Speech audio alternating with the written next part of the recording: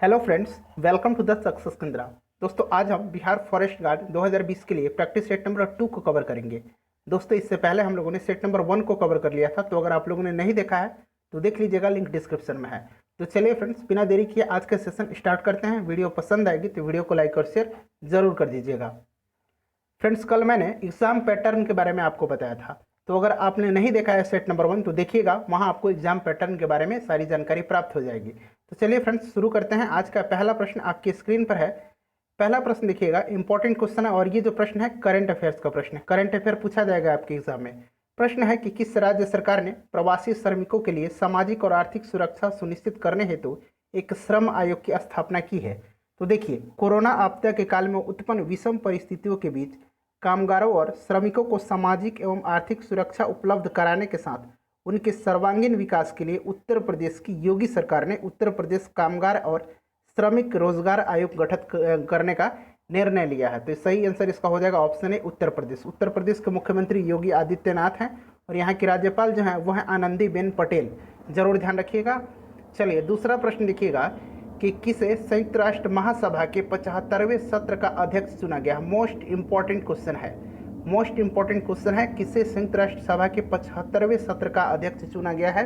तो फ्रेंड्स, ये कौन चुने गए हैं? ये तुर्की के जो राजनयिक हैं वोल्कान वोजिकर, इन्हीं को चुना गया है। ऑप्शन एक जो होगा इसका करेक्ट आंसर हो जाएगा। चलिए, अगला क्वेश्चन देखिएगा। अगला क्वेश्चन है तीसरा प्रश्न। UNCTAD की वर्ल्ड इन्वेस्टमेंट रिपोर्ट 2020 के अनुसार 2019 में प्रत्यक्ष विदेशी निवेश के प्राप्तकर्ता के रूप में भारत की स्थिति क्या है। यह भी क्वेश्चन जो है काफ़ी इंपॉर्टेंट है।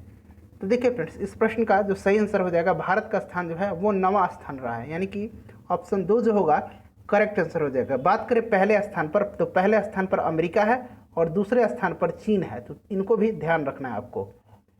चौथा प्रश्न देखिए, चौथा प्रश्न है कि भारत के सबसे उम्रदराज प्रथम श्रेणी के क्रिकेट खिलाड़ी जिनका 100 वर्ष की आयु में निधन हो गया है जून 2020 में, वे कौन थे। तो फ्रेंड्स, ये कौन थे, ये भी प्रश्न इंपॉर्टेंट है। ये थे वसंत राय जी। ऑप्शन 3 जो है इस प्रश्न का सही आंसर हो जाएगा। अगला क्वेश्चन देखिए, क्वेश्चन नंबर 5। क्वेश्चन नंबर 5 है कि निम्नलिखित संस्थान के शोधकर्ता ने ध्रुव नामक एक चिप बनाई है जिसे देश के भीतरी स्थानों और मार्गों को खोजने हेतु स्मार्टफोन और नेविगेशन डिवाइस में रखा जा सकता है। तो ये किसने खोजा है फ्रेंड्स? ये खोजा है IIT मुंबई ने। ऑप्शन 3 जो होगा इस प्रश्न का सही आंसर हो जाएगा। इंपॉर्टेंट है, देखिए इस तरह के प्रश्न जो है आपके एग्जाम में पूछे जाएंगे, तो आप जरूर ध्यान रखिएगा। चलिए, अगला क्वेश्चन देखेंगे। नेक्स्ट क्वेश्चन है क्वेश्चन नंबर 6। क्वेश्चन नंबर 6 है कि उस भारतीय टेनिस खिलाड़ी का नाम बताएं जिसे ITF ठीक है, world tennis tour player men's panel में खिलाड़ी सदस्य के रूप में चुना गया है। इंपॉर्टेंट है, तो देखिए ITF यानी कि वर्ल्ड टेनिस टूर, ठीक है, वर्ल्ड टेनिस फेडरेशन हो जाएगा। और ये चुने कौन गया है फ्रेंड्स? तो ये चुने गए हैं निकी पुनाचा। ऑप्शन 1 जो होगा करेक्ट आंसर हो जाएगा। अब यहाँ से क्वेश्चन नंबर 7 से फ्रेंड्स हम लोग जो है इतिहास का प्रश्न कवर करेंगे। ठीक है, 6 प्रश्न जो है आपको करंट अफेयर से आपके एग्जाम में पूछे जाएंगे। नेक्स्ट क्वेश्चन देखिएगा कि आर्यों की वर्ण व्यवस्था का आधार निम्नलिखित में से क्या था। फ्रेंड्स, अगर आप और अच्छे से करंट अफेयर की तैयारी करना चाहते हैं तो जो हम लोगों ने बिहार दरोगा के लिए करंट अफेयर्स कवर किया है, तो आप लोग उसे जरूर देख लीजिएगा, लिंक वो भी मैं डिस्क्रिप्शन में दे दूंगा।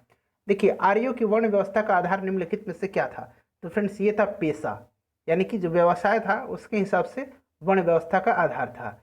नेक्स्ट क्वेश्चन देखिए कि चंद्रगुप्त मौर्य ने किसे पराजित किया था।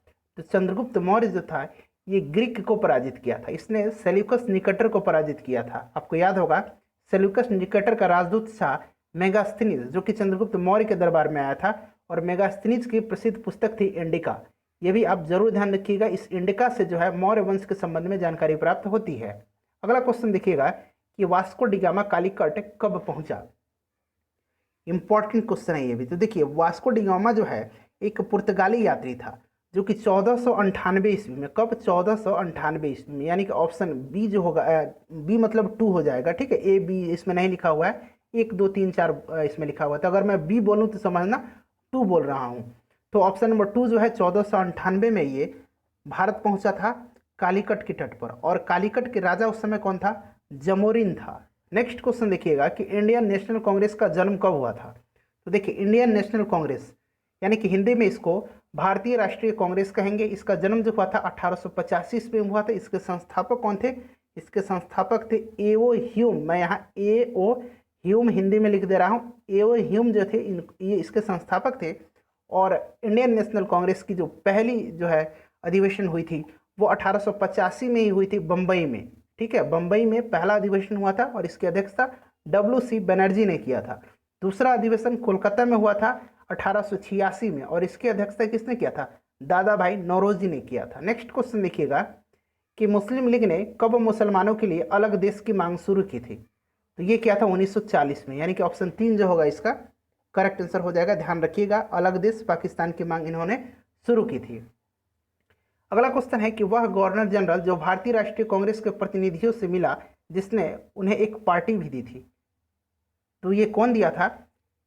ये दिया था लॉर्ड डफरिन ने, यानी कि ऑप्शन नंबर 3 जो होगा करेक्ट आंसर इसका हो जाएगा। और फ्रेंड्स मैं आपको बता दूं कि जीके जीएस से आपको 50 प्रश्न पूछे जाएंगे, जिसमें से 6 प्रश्न करंट अफेयर्स के, 6 हिस्ट्री के, 6 पॉलिटी के, 6 ज्योग्राफी के और 6 जो माफ कीजिएगा 30 प्रश्न पूछे जाएंगे। 30 प्रश्न जीके से पूछे जाएंगे। तो 6 करंट अफेयर हो गया, 6 हिस्ट्री हो गया, 6 पॉलिटी हो गया, 6 ज्योग्राफी हो गया और 6 इकोनॉमिक्स के। तो देखिए 6 × 5 30 प्रश्न पूछे जाएंगे। अगला प्रश्न देखिए, अब हम लोग भूगोल का 6 प्रश्न कवर करेंगे। निम्नलिखित में से कौन रेखा समानांतर है? तो आप ग्लोब पर देखिएगा कौन सा रेखा समानांतर है। आपको पता भी होगा अक्षांश रेखाएं जो होती हैं फ्रेंड्स, ये जो होती हैं समानांतर होती हैं। क्लियर है, अक्षांश रेखाएं समानांतर होती हैं। अगला क्वेश्चन देखिएगा कि नाथुला दर्रा निम्नलिखित में से किस राज्य में स्थित है? तो नाथुला दर्रा जो है फ्रेंड्स ये सिक्किम में है और नाथुला दर्रा के उस पार जो है कौन सा देश है? चीन देश है। ये भी आप जरूर ध्यान रखिएगा। नेक्स्ट क्वेश्चन देखिएगा कि भारत की निम्नलिखित में से कौन सी नदी पश्चिमी घाट से शुरू नहीं होती है? पश्चिमी घाट से शुरू जो है इनमें से कौन सी नदी नहीं होती है? तो ये जो है महानदी नहीं होती है। ठीक है फ्रेंड्स, महानदी के बारे में जान लीजिए। यह नदी छत्तीसगढ़ के रायपुर जिले से सिहोवा के निकट से 40 मीटर की ऊंचाई से निकलती है और यह ज़्यादातर उड़ीसा में बहती है। क्लियर है, इसी नदी पर हीराकुंड बांध बंधा हुआ है। इसी नदी पर जो है हीराकुंड बांध है, महानदी पर। अगला क्वेश्चन देखिएगा, क्वेश्चन नंबर 16। क्वेश्चन नंबर 16 यहाँ से है। प्रश्न कह रहा है कि प्रायद्वीपीय भारत की द्वीपीय बृहत्तम बेसिन कौन सी है? तो द्वितीय बृहत्तम बेसिन जो है ये प्रायद्वीपीय भारत की है कृष्णा बेसिन, यानी कि ऑप्शन 4 जो होगा इसका सही आंसर हो जाएगा। कृष्णा बेसिन है, इंपॉर्टेंट है, ध्यान रखिएगा। इसका विस्तार जो है महाराष्ट्र के सतारा तथा सांगली जिलों में तथा उत्तरी कर्नाटक और दक्षिणी आंध्र प्रदेश तक है। नेक्स्ट क्वेश्चन देखिएगा कि गंगा नदी की दियारा, दियारा अगर आप बिहार से हैं तो जरूर सुने होंगे, दियारा भूमि का नामकरण निम्नलिखित में से किससे संबद्ध है? तो फ्रेंड्स ये जो है दिया से है। ठीक है, दिया से है। ऑप्शन 1 जो होगा इस प्रश्न का करेक्ट आंसर हो जाएगा। थोड़ा सा इसके बारे में आप जान लीजिए। देखिए मैं आपको बता देता हूँ, दिया शब्द जो है, दियारा शब्द ये दिया शब्द से लिया गया है और इसका अर्थ होता है मिट्टी के दीपक। मिट्टी के दीपक दिया। जब बरसात के मौसम में बारिश की पानी जमा हो जाता था और जब नदी के दोनों किनारों पर प्राकृतिक तटबंध के बीच में स्थित जो सतह छोटे कटोरे दिए की तरह दिखाई देते थे, इसी कारण इसका नाम दिया से दियारा लिया गया है। नेक्स्ट क्वेश्चन देखिएगा कि निम्नलिखित में से कौन सी वस्तु बिहार के भौगोलिक संकेत के रूप में पंजीकृत नहीं है? यानी कि इनमें से किसको जो है बिहार की जो प्रोडक्ट है उसको GI टैग प्रदान नहीं किया गया है। तो देखिए GI टैग दिया गया है जर्दालू आम को, मगही पान को और कतरनी चावल को। कटनी धान यहाँ लिखा हुआ है, कतरनी चावल को जो है GI टैग दिया हुआ है। तो मूगा रेशम को नहीं दिया हुआ है। ठीक है, ये ध्यान रखिएगा। चलिए अगला क्वेश्चन देखिएगा, शाही लीची को भी दिया गया है मुजफ्फरपुर का, सिलाव खाजा को भी दिया गया है। अगला क्वेश्चन देखिएगा कि निम्नलिखित में से, अब यहाँ से हम लोग पॉलिटी यानी कि संविधान के प्रश्नों को कवर करेंगे। और फ्रेंड्स मैं आपसे रिक्वेस्ट करता हूँ कि वीडियो को लाइक और शेयर जरूर कीजिएगा। चैनल पर नए हैं तो सब्सक्राइब कर लीजिए ताकि इसी तरह की वीडियो आपको रेगुलर मिलते रहे और डेली आपको एक प्रैक्टिस सेट मिल जाएगा। निम्नलिखित में से कौन सा विषय संघीय सूची में शामिल नहीं है? तो संघ सूची, राज्य सूची और समवर्ती सूची, ये आपने सुना होगा। तो देखिए कौन सा विषय जो है संघ सूची में शामिल इसमें से नहीं है? तो संघ सूची में जो शामिल नहीं है वो है सार्वजनिक स्वास्थ्य एवं सफाई। ये संघ सूची का विषय नहीं है, ये राज्य सूची का विषय है। क्लियर है, बाकी सारे जो है संघ सूची के विषय हैं। नेक्स्ट क्वेश्चन देखिएगा कि भारतीय संविधान ने लोकसभा के गठन और उसके विलयन का अधिकार किसे दिया है? तो फ्रेंड्स ये दिया है भारत के राष्ट्रपति को। ऑप्शन 2 जो होगा इसका करेक्ट आंसर हो जाएगा। राष्ट्रपति दो आंग्ल भारतीय समुदाय के व्यक्तियों को लोकसभा में नामजद करता है। लोकसभा के सदस्यों का जो है न्यूनतम आयु सीमा कितनी है? 25 वर्ष और राज्यसभा का 30 वर्ष। क्लियर है? लोकसभा के सदस्यों का कार्यकाल 5 वर्षों का होता है और राज्यसभा के सदस्यों का कार्यकाल 6 वर्ष का होता है। लोकसभा का अध्यक्ष अपना त्यागपत्र देता है लोकसभा के उपाध्यक्ष को और उपाध्यक्ष अपना त्यागपत्र लोकसभा के अध्यक्ष को देता है। अगला क्वेश्चन देखिएगा। नेक्स्ट क्वेश्चन है फ्रेंड्स कि भारतीय संविधान के निर्माताओं के मन तथा आदर्शों की झलक मिलती है। तो ये जो झलक मिलती है हमारे संविधान की प्रस्तावना में मिलती है। ऑप्शन 1 जो हो जाएगा इसका करेक्ट आंसर हो जाएगा। भारत में निर्वाचन आयोग किसके लिए चुनाव कराता है? निर्वाचन आयोग जो है यह किसके लिए चुनाव कराता है?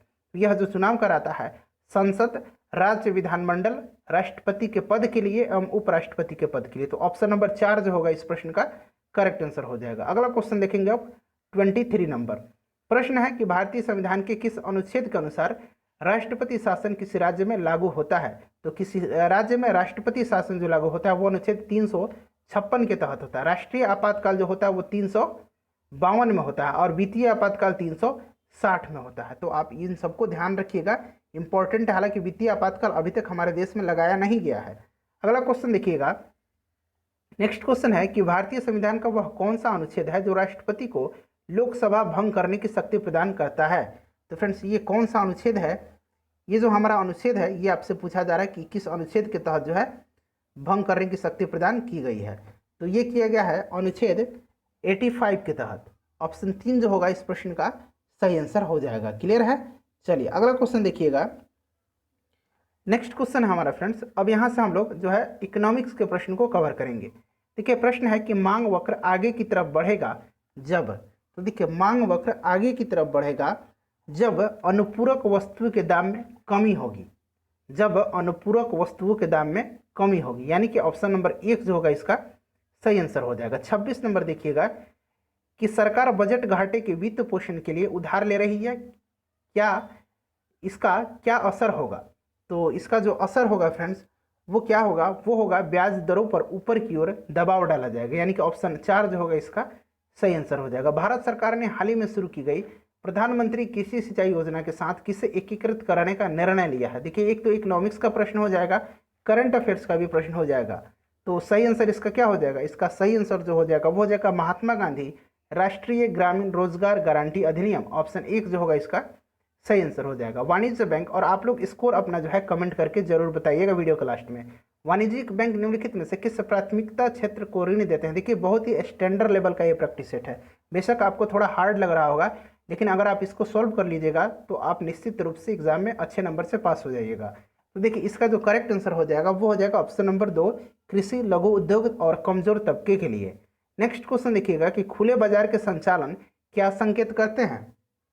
खुले बाजार के संचालन क्या संकेत करते हैं? बाकी के ऑप्शन जो है आपके यहाँ पे दिख रहे हैं, देखिए बताइएगा। तो फ्रेंड्स ये जो संकेत करते हैं ना, ये संकेत करते हैं भारतीय रिजर्व बैंक द्वारा सरकारी प्रतिभूतियों की खरीद और बिक्री, यानी कि ऑप्शन 2 जो होगा इसका करेक्ट आंसर हो जाएगा। नेक्स्ट क्वेश्चन देखिए, क्वेश्चन नंबर 30 नंबर प्रश्न है कि तीव्रता विनिमय दर को यह भी कहा जाता है। तो तीव्रता विनिमय दर को क्या कहा जाता है? इसको कहा जाता है निम्न विनिमय दर, यानी कि ऑप्शन 1 जो होगा इसका करेक्ट आंसर हो जाएगा।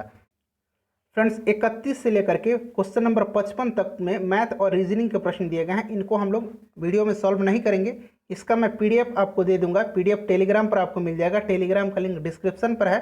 अन्यथा आप टाइप कीजिएगा टेलीग्राम में जाकर सक्सेस केंद्रा। देखिए सक्सेस केंद्रा के नाम से काफ़ी सारे डुप्लीकेट चैनल भी बन गए हैं। तो जहाँ लगभग 3.8 के सब्सक्राइबर हो उस चैनल पर आपको ज्वाइन करना है, वहाँ आपको पीडीएफ मिल जाएगा। तो चलिए फ्रेंड्स अब हम आते हैं क्वेश्चन नंबर 56 पर। यहाँ देखिए मैथ और रीजनिंग के प्रश्न दिए गए हैं। तो देखिए क्वेश्चन नंबर 56 हमारा यहाँ से है, सामान्य विज्ञान।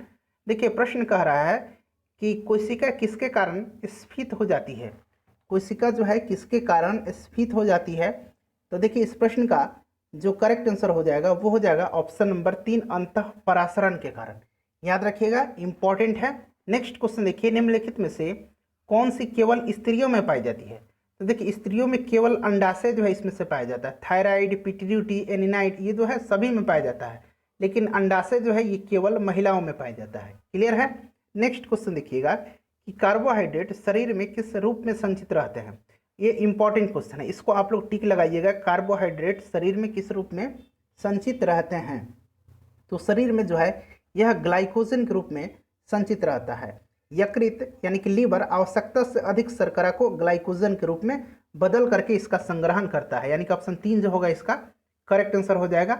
और ग्लाइकोजन कहाँ संग्रहित होता है, तो किसके द्वारा, तो यकृत में संग्रहित होता है। अगला क्वेश्चन देखिएगा कि जैव गैस विषयक सही कथन की पहचान करें। जैव गैस विषयक सही कथन की पहचान करें। तो फ्रेंड्स सही आंसर इसका हो जाएगा जैव मात्रा के किण्वन से निकली गैस। ऑप्शन 4 जो होगा इसका सही आंसर हो जाएगा। क्लियर है। चलिए अगला क्वेश्चन देखिएगा। नेक्स्ट क्वेश्चन है कि गर्भाशय में शिशु के विकास की जानकारी हेतु किसका प्रयोग किया जाता है। तो ये प्रयोग किसका किया जाता है, अल्ट्रासाउंड का। आपको पता भी होगा अल्ट्रासाउंड का प्रयोग किया जाता है। नेक्स्ट क्वेश्चन देखिएगा। एक तरफ जो है स्रोत दिए गए हैं और एक तरफ विटामिन के नाम दिए गए हैं। तो देखिए हरी पत्तीदार सब्जियां जो है इसमें क्या पाया जाता है, विटामिन ए पाया जाता है। कच्ची पत्ता गोभी में विटामिन B1 पाया जाता है। मधकार खमीर में जो है विटामिन सी पाया जाता है और गेहूं के अंकुर तेल में विटामिन डी पाया जाता है। तो इस तरह से देखिए तो ये सारे मिलान किए हुए हैं। ठीक है, तो ए का 1, बी का 2, ऐसे सबका मिलान किया हुआ है। तो देखिए यहाँ पे आंसर दिए गए हैं, तो सारे मिलान किए हुए हैं। देखिए ए का 1, बी का 2, 3 का 4 का, तो करेक्ट आंसर ये हो जाएगा। निम्न में से कौन सा काम गुर्दा का नहीं है, यानी कि किडनी का नहीं है। ठीक है, किडनी का काम नहीं है इसमें से। तो बताइए किडनी का काम इसमें से कौन सा नहीं है। तो फ्रेंड्स इसका जो करेक्ट आंसर हो जाएगा वो हो जाएगा ऑप्शन नंबर 3, प्रतिरक्षी तत्वों का उत्पादन। ठीक है, बाकी सारे किडनी के काम है। और किडनी की जो कार्यात्मक इकाई है उसको क्या कहा जाता है, नेफ्रॉन कहा जाता है। ये आप नोट डाउन कीजिएगा, उसको नेफ्रॉन कहा जाता है। अगला क्वेश्चन देखिएगा कि आजकल दूध को संतुलित आहार नहीं माना जाता है क्योंकि इसमें अभाव होता है। तो दूध में जो है किसका अभाव होता है, आयरन और विटामिन सी का, यानी कि ऑप्शन नंबर इसका 2 जो है करेक्ट आंसर हो जाएगा। अगला क्वेश्चन देखिएगा कि किसी समुदाय के स्वास्थ्य का सबसे अधिक संवेदनशील संकेतक निम्न में से कौन सा है। तो निम्न में से कौन सा है, शिशु मृत्यु दर है। शिशु मृत्यु दर है सबसे संवेदनशील संकेतक। किसमें रखे जाने पर कोशिका का आयतन बढ़ जाता है। किसमें रखे जाने पर कोशिका का आयतन बढ़ जाता है, तो ये बढ़ जाता है समपरासरणी दाब घोल में। अभी हम लोगों ने इसके बारे में देखा था। अगला क्वेश्चन देखिएगा कि उत्तेजना के समय निम्नलिखित में से कौन सा हार्मोन अधिक मात्रा में उत्सर्जित होता है। तो ये उत्सर्जित होता है एड्रेनालिन हार्मोन। ठीक है, और इसको जो है उड़ो और लड़ो हार्मोन भी कहा जाता है। उड़ो और लड़ो हार्मोन के नाम से भी इसको जाना जाता है। ये भी आप जरूर ध्यान रखिएगा। समुद्री रोग यानी कि सी सिकनेस जहाज की गति के किस प्रभाव के कारण होता है, किस पर होता है। ठीक है, किस पर, शरीर के किस अंग पे होता है। तो ये होता है उदर पर। ऑप्शन डी 3 जो होगा करेक्ट आंसर हो जाएगा। अगला क्वेश्चन देखिए, फैराडे कंस्टेंट है। तो फैराडे कंस्टेंट क्या है, तो ये जो है इलेक्ट्रॉनों की संख्या पर निर्भर करता है। ऑप्शन 3 जो होगा इसका करेक्ट आंसर हो जाएगा। नेक्स्ट क्वेश्चन देखिएगा, क्वेश्चन नंबर 69। क्वेश्चन नंबर 69 है कि किसी परमाणु का रासायनिक व्यवहार निर्भर करता है उसके। तो देखिए रासायनिक व्यवहार जो है यह निर्भर करता है न्यूक्लियस के गिर्द घूम रहे इलेक्ट्रॉनों की संख्या पर। इलेक्ट्रॉनों की संख्या पर, जो बाहरी कक्षा में इलेक्ट्रॉन रहते हैं उस पर जो है निर्भर करता है, ध्यान रखिएगा। अगला क्वेश्चन देखिएगा कि निम्नलिखित में से कौन सी गैस फुटबॉल के ब्लैडर से सबसे जल्दी बाहर आएगी। तो सबसे जल्दी अगर फुटबॉल में भर दिया जाए तो कौन सी गैस बाहर आ जाएगी, ये गैस जो है हाइड्रोजन। ये सबसे ज़्यादा हल्की होती है और इसी के कारण ये बाहर आ जाएगी। अगला क्वेश्चन देखिएगा, नेक्स्ट क्वेश्चन हमारा है 71 नंबर। 71 नंबर प्रश्न कर रहा है कि कांसा निम्नलिखित में से किसकी मिश्र धातु है। देखिए कांसा जो है फ्रेंड्स ये कॉपर और टीन की मिश्र धातु है। कॉपर और टीन की मिश्र धातु है। तो देखिए कॉपर और टीन यानी कि तांबा और टीन का, तांबा इसमें कितना है, तो 88% रहता है और टीन जो है वो 12% रहता है। क्लियर है, ध्यान रखिएगा। अगर बात करें पीतल किसका मिश्र धातु है, तो पीतल जो है कॉपर और जिंक का, कॉपर और जिंक का मिश्र धातु है। ठीक है फ्रेंड्स, चलिए अगला क्वेश्चन देखिएगा कि बम बनाने के लिए निम्नलिखित में से किसका प्रयोग किया जाता है। बम बनाने के लिए जो है किसका प्रयोग किया जाता है, बम बनाने के लिए बताइए किसका प्रयोग किया जाता है। फास्फोरस का यूज किया जाता है। फास्फोरस काफ़ी ज्वलनशील होता है, ध्यान रखना है आपको। और आपने देखा होगा माचिस के तिल्ली पर जो बारूद लगाया जाता है वो फास्फोरस ही होता है। नेक्स्ट क्वेश्चन देखिएगा कि निम्नलिखित में से किस पदार्थ में सभी कार्बन परमाणु चतुष्क स्वरूप, यानी कि यहाँ पे क्लियर नहीं आ रहा है, चतुष्क स्वरूप होते हैं। तो फ्रेंड्स ये होते हैं हीरा में, ठीक है, हीरा में होते हैं। नेक्स्ट क्वेश्चन देखिएगा, और हीरा जो है ये कार्बन का अपरूप है, ध्यान रखिएगा, हीरा, ग्रेफाइट और फुलेरिन ये 3 कार्बन के अपरूप हैं। पोलर डाई इलेक्ट्रिक्स का उपयोग आमतौर पर किसके लिए होता है? तो फ्रेंड्स बताइए ये किसके लिए होता है? ये जो होता है डीसी और बिजली आवृत्तियों के लिए होता है। ऑप्शन 3 जो होगा इसका करेक्ट आंसर हो जाएगा। अगला क्वेश्चन देखिएगा कि बरसात की बूंदें बहुत ऊंचाई से गिरती है, उसके बारे में निम्नलिखित में से कौन सी बात सही दी हुई है? सही चुनना है आपको इसमें से। तो देखिए एक एक ऑप्शन आपको दिखा दे रहा हूँ, पढ़िए।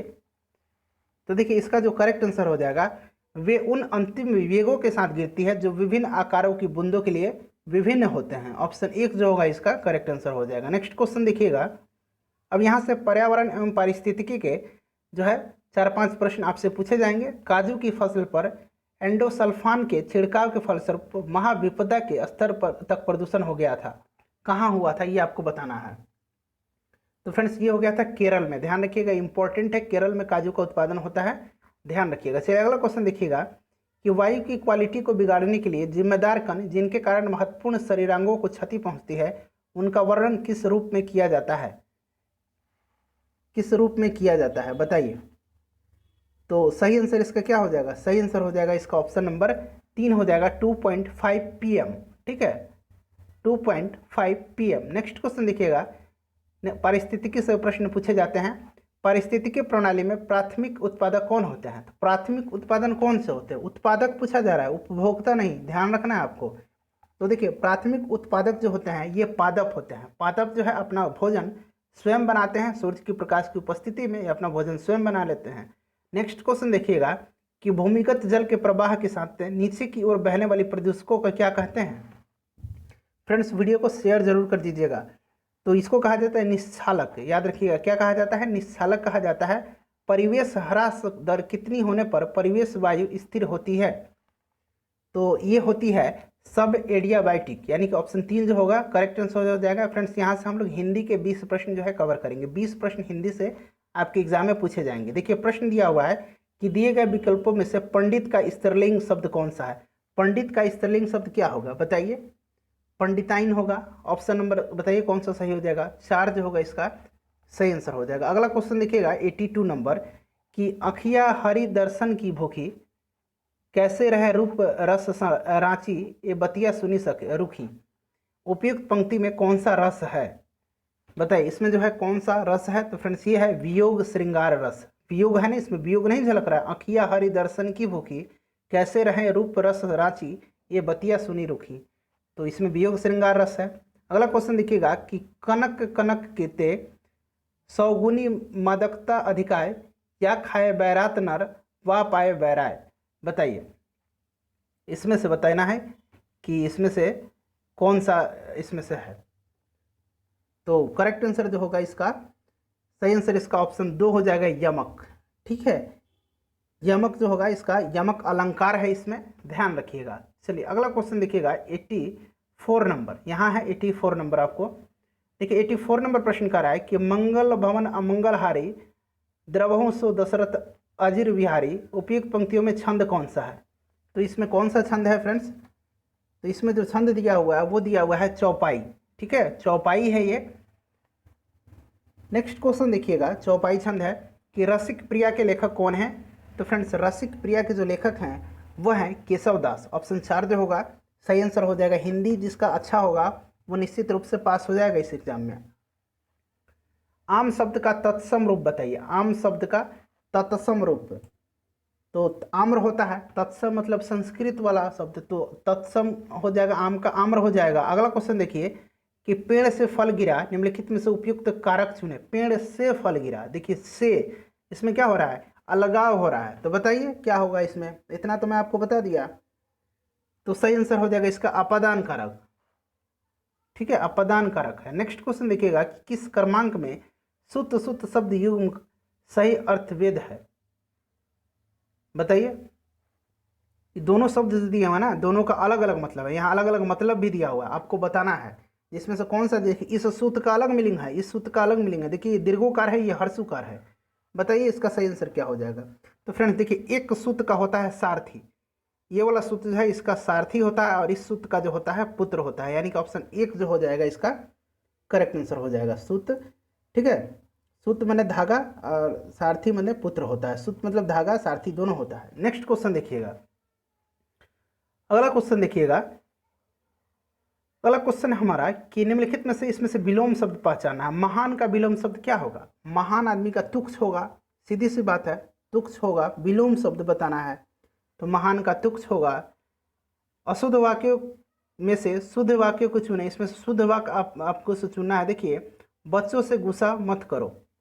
अब इसमें से शुद्ध वाक्य आपसे चुन के इसमें सही बनाना है। बच्चों से गुस्सा मत करो, तो बताइए सही आंसर इसका क्या हो जाएगा? बच्चों से गुस्सा मत करो। थोड़ा सा पढ़िए एक बार और इसका आंसर आप लोग देने का स्वयं प्रयास कीजिए। क्या हो जाएगा इसका करेक्ट आंसर? बच्चों से गुस्सा मत करो। तो इसका जो करेक्ट आंसर हो जाएगा वो हो जाएगा ऑप्शन नंबर इसका 2 जो होगा करेक्ट आंसर हो जाएगा। ठीक है, ऑप्शन नंबर 2 जो है इसका करेक्ट आंसर हो जाएगा। चलिए, 2 नंबर में क्या है? बच्चों पर गुस्सा मत करो। अगला क्वेश्चन देखिएगा। अच्छा, अगला क्वेश्चन है फ्रेंड्स, ये देखिए अनुच्छेद जो है दिया हुआ है, काफ़ी लंबा चौड़ा अनुच्छेद है।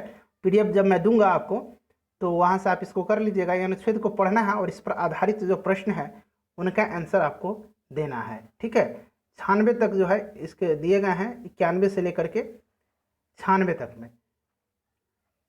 91 नहीं, यहाँ देखिए कहाँ से दिया हुआ है, हाँ 91 से 96 तक। ठीक है फ्रेंड्स, तो ये दिए गए हैं 91 से 95 तक में दिया गया है। ठीक है फ्रेंड्स, अब उसको पढ़ करके आंसर देना। तो जब तक हम पढ़ेंगे नहीं तब तक तो इसका आंसर दे नहीं पाएंगे। तो इसका आंसर जो है आप लोग पीडीएफ जब दूंगा मैं आपको तो वहाँ से आप लोग इसको कर लीजिएगा। देखिए, ये मुहावरा दिया गया है। मुहावरा है कि 9 2 11 होना। 9 2 11 होना 96 नंबर। सही आंसर इसका क्या हो जाएगा? 9 2 11 होना का मतलब बताइए? भाग जाना होता है। जैसे वह 9 2 11 हो गया, पुलिस को देखते ही चोर 9 2 11 हो गए। अगला क्वेश्चन देखिए, अप उपसर्ग। उपसर्ग और विसर्ग आपको पता होना चाहिए। उपसर्ग क्या है और विसर्ग क्या है? तो उपसर्ग जो होता है जो पहले लगता है शब्द के, विसर्ग बाद में लगता है। तो अप उपसर्ग यानी कि अप पहले लगना चाहिए। अप उपसर्ग से दिए गए शब्दों में से कौन बनाया जा सकता है? अपराम होता है क्या? अप पहले लगाना है तो अपराम नहीं होता है। अपराण होता है क्या? नहीं होता। अपजय होता है क्या? नहीं होता। अपमान होता है। इसमें अप जोड़ लीजिए तो एक सार्थक शब्द बन गया अपमान। नेक्स्ट क्वेश्चन देखिएगा। नेक्स्ट क्वेश्चन है कि हिंदी ना फारसी लालजी की, ये मुहावरा है, एक लोकोक्ति है, इसको पूरा करना है। तो इसको हिंदी ना फारसी लालजी की बनारसी, ऑप्शन 3 जो होगा इसका सही आंसर हो जाएगा। हिंदी ना फारसी लालजी की बनारसी। अगला क्वेश्चन देखिएगा कि ज्यों ज्यों बड़े श्याम रंग त्यों त्यों उज्ज्वल होए। ज्यों ज्यों बढ़े श्याम रंग त्यों त्यों उज्ज्वल होए, बताइए इसका मतलब क्या होता है? हाँ, यहाँ उस पंक्ति में कौन सा अलंकार है बताइए? जैसे जैसे बड़ा हो रहा है त्यों त्यों श्याम रंग उज्ज्वल हो रहा है। तो देखिए इसमें विरोधाभास है। क्या है? विरोधाभास है, यानी कि ऑप्शन 3 जो होगा इसका करेक्ट आंसर हो जाएगा। फ्रेंड्स, मैं उम्मीद कर रहा हूँ कि वीडियो आपको पसंद आई होगी। 100 नंबर प्रश्न जो है वो कट गया इसमें, तो पीडीएफ में आपको मिल जाएगा। तो वीडियो को शेयर जरूर कीजिएगा और टेलीग्राम ज्वाइन कर लीजिए, वहाँ आपको पीडीएफ मिल जाएगा। वीडियो को शेयर जरूर कीजिएगा, लाइक कर दीजिए, चैनल को सब्सक्राइब करके बेल आइकन को दबा लीजिएगा। Thanks for watching friends.